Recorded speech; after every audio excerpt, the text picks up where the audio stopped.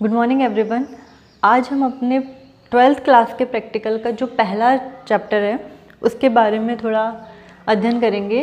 जैसे कि हमारा 12th का जो प्रैक्टिकल है उसमें सबसे पहला चैप्टर आपका है मानचित्र का अर्थ एवं परिभाषा। मानचित्र का अर्थ एवं परिभाषा, पहली चीज़ तो ये है कि मानचित्र क्या होते हैं, मानचित्र क्या है, क्यों उपयोग में लिए जाते हैं, उसकी क्या विशेषता है, क्यों आवश्यकता हुई, इन सब के बारे में। आप सभी जानते हैं कि हम अपने भारत का मानचित्र, विश्व का मानचित्र और भी कई मानचित्र देखते हैं, ठीक है। तो वो जो मानचित्र बनाए जाते हैं वो इसीलिए बनाए जाते हैं कि हमें किसी जगह विशेष पे अगर पहुंचना हो या किसी जगह विशेष के बारे में हमें कोई इन्फॉर्मेशन चाहिए तो हम उस मानचित्र की सहायता से हम देख सकते हैं। जैसे अब तो टेक्निक्स आ गई है, आपके गूगल आ गया है, इंटरनेट आ गया है, तो जितने भी आपके मैप्स वगैरह है वो सारे मानचित्र आपके गूगल पे अवेलेबल है। पहले जब हमारे पास इतनी सुविधाएं नहीं थी, इंटरनेट वगैरह नहीं थे, तो हमारे पास में कागज़ पर ही मानचित्र होता था। जैसे आपके स्थलाकृतिक मानचित्र होते हैं, एटलस मानचित्र होते हैं, भू संपत्ति मानचित्र होते हैं और भी कई प्रकार के जो आपके मानचित्र हैं। तो पहले जो कागज़ के माध्यम से आपके जो मानचित्र होते थे उनकी सहायता से हम किसी जगह विशेष पे पहुंचते थे, ठीक है। आगे हम देखते हैं अब मानचित्र का अर्थ व परिभाषा। अब जैसा कि अभी मैंने आपको बताया कि जो मानचित्र शब्द है वो आपके अंग्रेजी भाषा के मैप शब्द से लिया गया है। इसी प्रकार से मैप शब्द जो है वो लैटिन भाषा के मैप्पा शब्द से लिया गया है। अब मैप्पा मुंडी क्या चीज़ होती है? मैप्पा मुंडी, अगर मान लीजिए आपसे वाइवा में भी क्वेश्चन पूछ लिया जाए कि मैप्पा मुंडी क्या है, तो मैप्पा मुंडी मध्यकाल में यूरोप में बने विश्व के जो चक्र मानचित्र हैं उनको क्या कहा गया है? मैप्पा मुंडी कहा गया। जैसे कि आप इस साइड में एक छोटा सा मानचित्र देख रहे हैं, एक छोटा सा चक्र मानचित्र देख रहे हैं, जिसमें कि यहाँ पर आपका ओशियन दिखा रखा है। ये जो पूरा एरिया है वो क्या है? आपका ओशियन है। ये वाला जो महाद्वीप है ये यूरोप है। ये वाला जो महाद्वीप है लीबिया है, जिसको अब हम वर्तमान में अफ्रीका कहते हैं। और ये जो छोटा सा इधर दिख रहा है ये एशिया है। और बीच में ये क्या है? आपका भूमध्य सागर। और यहाँ पर एक छोटा सा आपका काला सागर। तो ये जो आपका मानचित्र है ये सबसे पहले जो मध्यकाल में यूरोप में जो चक्र मानचित्र बनते हैं थे उनको कहते हैं चक्र मानचित्र, जिसका आप ये एग्जाम्पल देख सकते हैं। इनको हम क्या कहेंगे? मैप्पा मुंडी कहेंगे। आगे आपका कि विश्व के मानचित्र को बनाने का श्रेय सबसे पहले किसको जाता है? आपके जो विश्व के मानचित्र बनाए जाते हैं उसका जो सबसे पहले श्रेय जाता है वो किसको जाता है? ग्रीक्स को जाता है, यूनानियों को जाता है। आगे है आपका कि सबसे पहले यूनान के एनेक्सिमेंडर ने वर्ल्ड मैप बनाया था, ठीक है। मतलब जो आपका सबसे पहले विश्व का मानचित्र बनाया गया था वो किसके द्वारा बनाया गया था? आपका एनेक्सिमेंडर के द्वारा, जिसका आकार उन्होंने कैसा बताया है? एक सिलेंडर की जैसा, कि एक सिलेंडर जो होता है उस प्रकार का आकार एनेक्सिमेंडर ने बताया है। आगे है आपका कि मानचित्र बनाने में गणित व ज्यामिति का प्रयोग करने वाले सबसे पहले व्यक्ति कौन थे? अगर जिन्होंने भी अपने मानचित्र में गणित का उपयोग किया है, ज्यामिति का उपयोग किया है, ऐसे पहले व्यक्ति कौन से हैं? तो आपका आंसर होगा टॉलमी। टॉलमी ने अपने मानचित्रों में गणित और ज्यामिति का उपयोग किया है। जैसा कि आप इधर देख सकते हैं कि ये टॉलमी के द्वारा बनाया गया मानचित्र है ना। ये कि लैटिट्यूड व लॉन्जिट्यूड मतलब अक्षांश व देशांतर का मानचित्र में उपयोग करने वाले पहले व्यक्ति कौन थे? तो अगर ये चीज़ आपसे पूछी जाती है तो अक्षांश और देशांतर का मानचित्र में उपयोग करने वाले पहले टॉलमी है, ठीक है। जैसे कि आपको मैंने पहले भी बताया है कि अक्षांश और देशांतर क्या होते हैं, कि आप ये देखेंगे कि जो इसमें उत्तर से दक्षिण की तरफ जो खींचे जाने वाली रेखाएं हैं ये कौन सी है? आपकी देशांतर रेखाएं हैं। और इसी प्रकार से पूर्व से पश्चिम की तरफ खींचे जाने वाली जो रेखाएं हैं ये कौन सी? आपकी अक्षांश रेखाएं। तो कुल आपके देशांतर होते हैं 360, कुल अक्षांश होते हैं आपके 180। तो आपके ये जो सबसे पहले मानचित्र में उपयोग करे वो व्यक्ति कौन है? आपके टॉलमी। अब जैसा कि मैंने आपको पहले भी बताया था कि आजकल जो है वो आपके एडवांस कंप्यूटराइज्ड मैप तैयार किए जाते हैं जैसे कि आप इंटरनेट का टाइम आ चुका है, तो इंटरनेट के उसमें आप गूगल पे देख लीजिए, आप किसी भी छोटे से छोटे जगह का भी आप मानचित्र उसमें निकाल सकते हैं। आगे हम बात की जाए, अगर महाभारत काल की हम बात करते हैं, तो जो पृथ्वी का पहला भौगोलिक मानचित्र है वो महाभारत की रचयिता महर्षि वेदव्यास द्वारा बनाया गया था। किनके द्वारा? महर्षि वेदव्यास द्वारा। उसमें महाभारत के श्लोक का अर्थ, जैसा कि इसमें ये श्लोक दे रखा है कि पुरुष दर्पण में अपना मुख देखता है, उसी प्रकार यह द्वीप चंद्रमंडल में दिखाई देता है। इसके 2 अंशों में पीपल, 2 अंशों में महाशश खरगोश दिखाई देता है। मतलब ये इसका एक श्लोक है जो महाभारत काल का है। इस श्लोक का अर्थ रामानुजाचार्य द्वारा करने पर विश्व का मानचित्र बनाया गया।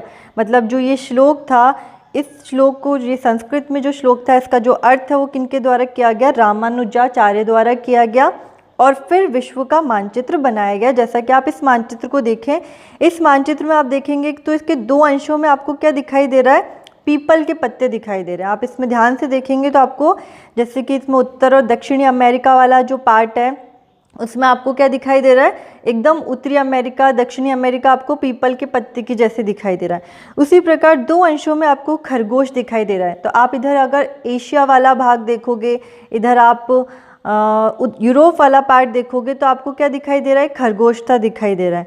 ठीक है, तो आपको इसमें जो एक चित्र दिखाई दे रहा है, आप उस चित्र को अच्छे से देखोगे तो आपको क्या दिखाई दे रहा है? एक खरगोश, 2 पीपल के पत्ते, और इसी खरगोश के जो आपको ऊपर वाला हिस्सा दिखाई दे रहा है वो अफ्रीका वाला पार्ट दिखाई दे रहा है। ठीक है, तो ये जो आपका मानचित्र है, ये कौन से टाइम का मानचित्र है? आपका महाभारत काल का मानचित्र है। जिसने भी रचना की है, बहुत ही सुंदर तरीके से इस रचना को किया गया है कि इसमें खरगोश और पीपल के पत्तों के माध्यम से पूरे विश्व के मानचित्र को दिखा दिया गया है इसके अंदर, है ना। अब आगे हम जैसे इसमें हम पढ़ेंगे कि मानचित्र की परिभाषा, मानचित्र की परिभाषा। अभी हमने मानचित्र के अर्थ के बारे में पढ़ा कि मानचित्र का अर्थ क्या होता है आपका, कि मानचित्र जो है उसको अंग्रेजी भाषा के मैप से और लैटिन भाषा के मैप्पा से लिया गया है। ठीक है, आगे हम इसमें पढ़ेंगे कि मानचित्र की परिभाषा क्या है। तो सबसे पहले जो इनकी आगे परिभाषा पढ़ रहे हैं वो पढ़ रहे हैं इरविन रेज। इरविन रेज के अनुसार जो आपकी मानचित्र की परिभाषा है, इन्होंने कहा है कि अपनी प्राथमिक संकल्पना में कोई भी मानचित्र धरातल के प्रतिरूप का ऊपर की ओर से देखा गया रूढ़ चित्र होता है जिसमें पहचान के लिए अक्षर लिख दिए जाते हैं। मतलब कि क्या कहना चाह रहे हैं कि आप अगर कोई भी मानचित्र देखेंगे, जैसे आप किसी भी मानचित्र को ले लीजिए, आप चाहे इस प्रकार से आप अगर किसी जगह विशेष का मानचित्र बनाते हैं, जैसे कि आप इंडिया का ही मानचित्र बनाते हैं, ठीक है, इस इंडिया के मानचित्र को जब हम अपने ऊपरी पॉइंट से देखते हैं तो ये जो ऊपरी पॉइंट है, इस ऊपरी पॉइंट से जब हम मानचित्र को कैच करते हैं तो ये एक प्रकार से हमें क्या दिखाई देता है? रूढ़ चित्र होता है। ठीक है, जिसमें पहचान के लिए कई प्रकार के हम अक्षर लिख देते हैं, जैसे कि हमने यहाँ पे लिख दिया राजस्थान, यहाँ पे हमने लिख दिया जम्मू कश्मीर, यहाँ पे हमने लिख दिया उत्तराखंड, यहाँ पे हमने लिख दिया उत्तर प्रदेश, जिससे कि हमें उस मानचित्र के बारे में पता चल जाए कि भाई ये कौन सा राज्य है, ये कौन सा राज्य है, ये कौन सी जगह है। अब राजस्थान का मानचित्र बनाया तो उस राजस्थान के मानचित्र में कई प्रकार के हमने ज़िले दिखा दिए और उन ज़िलों के नाम लिख दिए। तो वो नाम या वो अक्षर क्यों लिखे जाते हैं? क्योंकि उन अक्षरों के माध्यम से हम पहचान सके कि भाई ये कौन सी जगह का मानचित्र है। उसी प्रकार से जैसे एफ.जे. मार्कहाउस की एक परिभाषा है, उन्होंने कहा है कि निश्चित मापनी के अनुसार धरातल के किसी भाग के लक्षणों के समतल सतह पर निरूपण को ही मानचित्र की संज्ञा दी जा सकती है। मानचित्र क्या होता है कि जैसे कि आपका जो पृथ्वी है वो आपकी क्या है? 3D है, 3 डायमेंशनल है, जिसमें लंबाई, चौड़ाई, ऊंचाई तीनों चीज़ें आती हैं। ठीक है, तो जैसे आप ग्लोब देख लीजिए, ग्लोब क्या है आपका? 3 डायमेंशनल है, त्रिविमीय है, तो उसको हम किस में कन्वर्ट कर सकते हैं? मानचित्र के अंदर। मानचित्र आपका क्या है? 2 डायमेंशनल है, मतलब 2 विमीय है, जिसमें सिर्फ लंबाई और चौड़ाई दिखाई जाती है। आप लंबाई और चौड़ाई को ही सिर्फ मानचित्र में दिखाते हैं, जबकि ग्लोब में हम तीनों चीज़ें दिखाते हैं। तो जो ये मानचित्र है ये क्या है? एक समतल सतह पर आपका निरूपण है। तो मार्कहाउस ने क्या कहा है? एक निश्चित मापनी के अनुसार, हमने मापक पढ़े हैं, आप मेरे पहले वीडियोस में अच्छे से देख सकते हैं मापक के बारे में कि भाई जैसे 1 सेंटीमीटर है बराबर 100 किलोमीटर है। तो जो आपका 1 सेंटीमीटर कागज़ का है वो 100 किलोमीटर आपके धरातल को दिखा रहा है। तो जो भी आपका पृथ्वी का कोई भी हिस्सा है, मतलब 2 स्थानों के बीच की जो वास्तविक दूरी है, उन्हीं 2 स्थानों के बीच की दूरी को किस में दिखाया गया है, मानचित्र पर दिखाया गया प्रदर्शित दूरी के माध्यम से। तो जिसको क्या किया गया, समतल सतह पर निरूपित किया गया। तो ये परिभाषा किनके द्वारा दी गई है, मॉकहाउस के द्वारा दी गई है। आगे जैसे हम पढ़ सकते हैं इसमें कि किसी भी मानचित्र को मानचित्र तभी कहा जा सकता है जब उसमें निम्न 5 आधारभूत तत्व हो।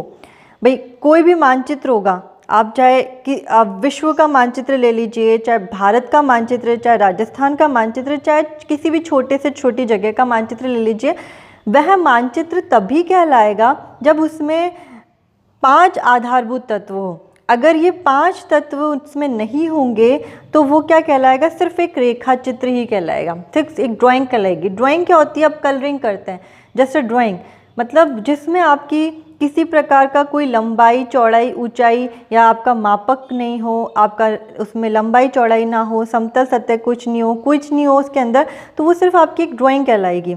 ठीक है। तो जो आपका मापक होता है, मापक क्या चीज़ होती है कि उसमें मानचित्र के अंदर ये सब चीज़ें होंगी तो ही वो आपका क्या कहलाएगा, आपका मानचित्र कहलाएगा।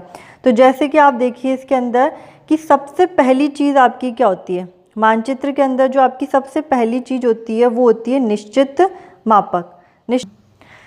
पहली चीज़ निश्चित मापक मतलब आपका एक स्केल। तो हमने स्केल के बारे में पहले भी पढ़ा है। स्केल जब आपकी मानचित्र में होती है, जैसे कि आपका कह दिया जाए कि भाई 1 सेंटीमीटर बराबर 100 किलोमीटर, तो आपका इसका मतलब ये होगा कि भाई 100 किलोमीटर जो आपके धरातल की दूरी है, जैसे कि मान लीजिए अजमेर से जयपुर के बीच की जो 100 किलोमीटर की दूरी है, वो आपके मानचित्र पर 1 सेंटीमीटर के द्वारा प्रदर्शित की गई है। तो मापक के अंदर क्या होता है कि किसी भी बड़े भाग को मानचित्र पर एक छोटे भाग के रूप में दिखाना, आपके किसी भी बड़े भाग पर को मानचित्र पर एक छोटे भाग के रूप में दिखाना ही आपका क्या होता है, मापक होता है। तो आपके मानचित्र में मापक का होना बहुत ज़रूरी है। अगर मापक उसमें नहीं होगा तो इसका मतलब वो आपका मानचित्र नहीं कहलाएगा। इसी प्रकार से आपका दूसरी चीज़ है आपका द्विविमीय निरूपण।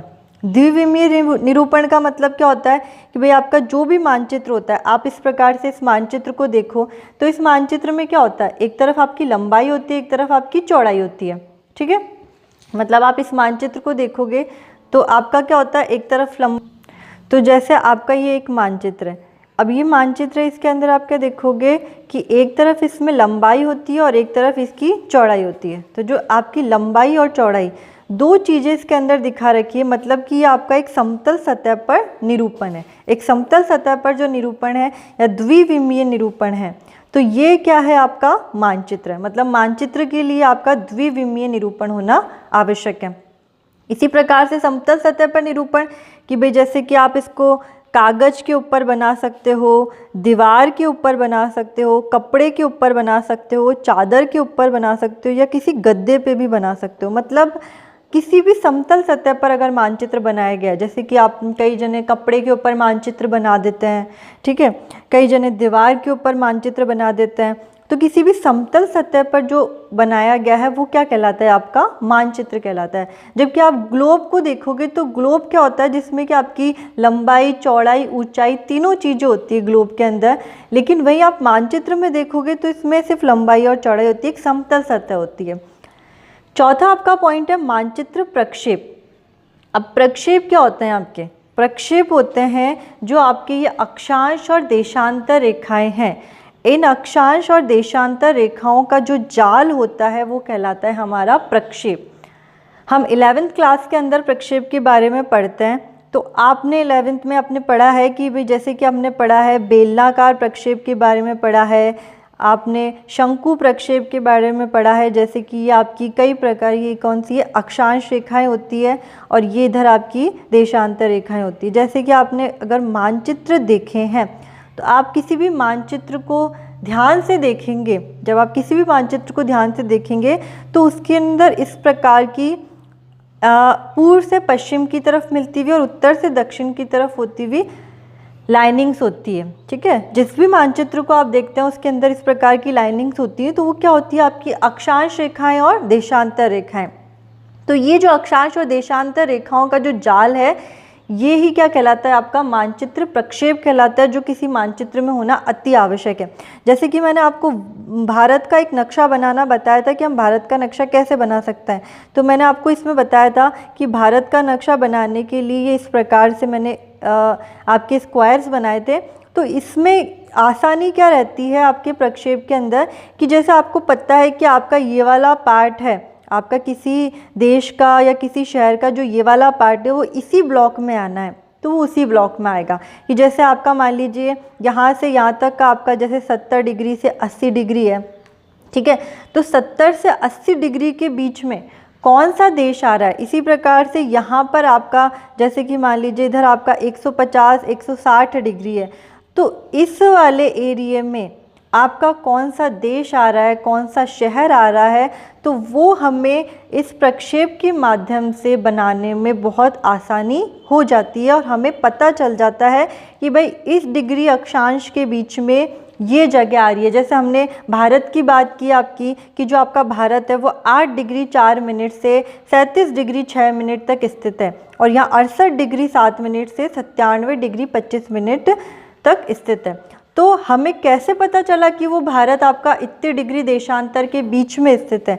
आपको ये पता कहाँ से चलेगा? अक्षांश और देशांतर रेखाओं की मदद से ही चलेगा। तो किसी भी मानचित्र में प्रक्षेप का होना भी अति आवश्यक है। इसी प्रकार से आपके प्रतीकात्मक निरूपण होते हैं। अब हमारा मानचित्र तो हमने बना दिया, हम कई प्रकार के स्थलाकृतिक मानचित्र देखते हैं। स्थलाकृतिक मानचित्रों के अंदर आपकी जैसे कि आपकी उसमें नहरें दी गई हैं, ठीक है, कहीं पर आपके उसमें पेड़ दिए गए हैं, कहीं पर आप में उसके कच्चे घर दिए गए हैं, कहीं पर पक्के घर दिए गए हैं, कहीं आपका कुआं कच्चा पक्का कुआं, कहीं आपकी इसमें सड़क दी गई है। तो ये जो आपके होते हैं ये क्या होते हैं? आपके कन्वेंशनल साइंस होते हैं।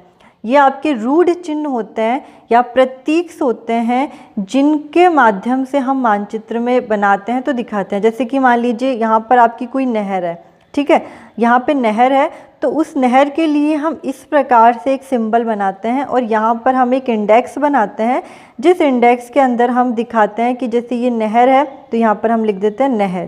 भाई यहाँ पर आप पेड़ को दिखाया इसके माध्यम से, तो यहाँ पर हम लिख देते हैं ट्री।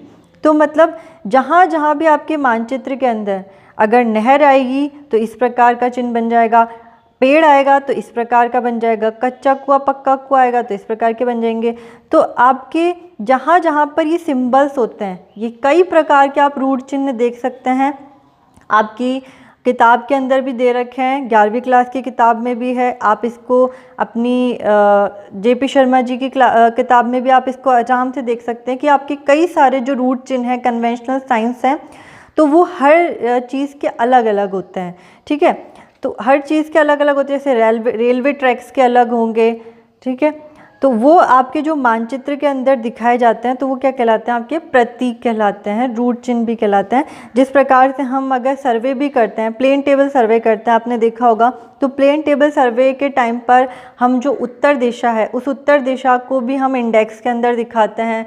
जो हम उसके अंदर पेड़ को बनाते हैं तो पेड़ को हम दिखाते हैं, हम अगर रोड बनाते हैं तो हम सड़क को भी दिखाते हैं, अगर हम कोई दीवार बनाते हैं तो उसको वॉल को भी दिखाते हैं। तो आपने प्लेन टेबल सर्वे करते समय, आप सभी ने जब प्लेन टेबल सर्वे किया है तो प्लेन टेबल सर्वे के टाइम पर भी आप लोग देखना कि आप जो भी सर्वे करते हैं तो उस सर्वे को करते समय आपने जो जो चीज़ें भी उसके अंदर अंकित की हैं उन सारी चीज़ों को आप किस में दिखाते हैं? इंडेक्स में दिखाते हैं।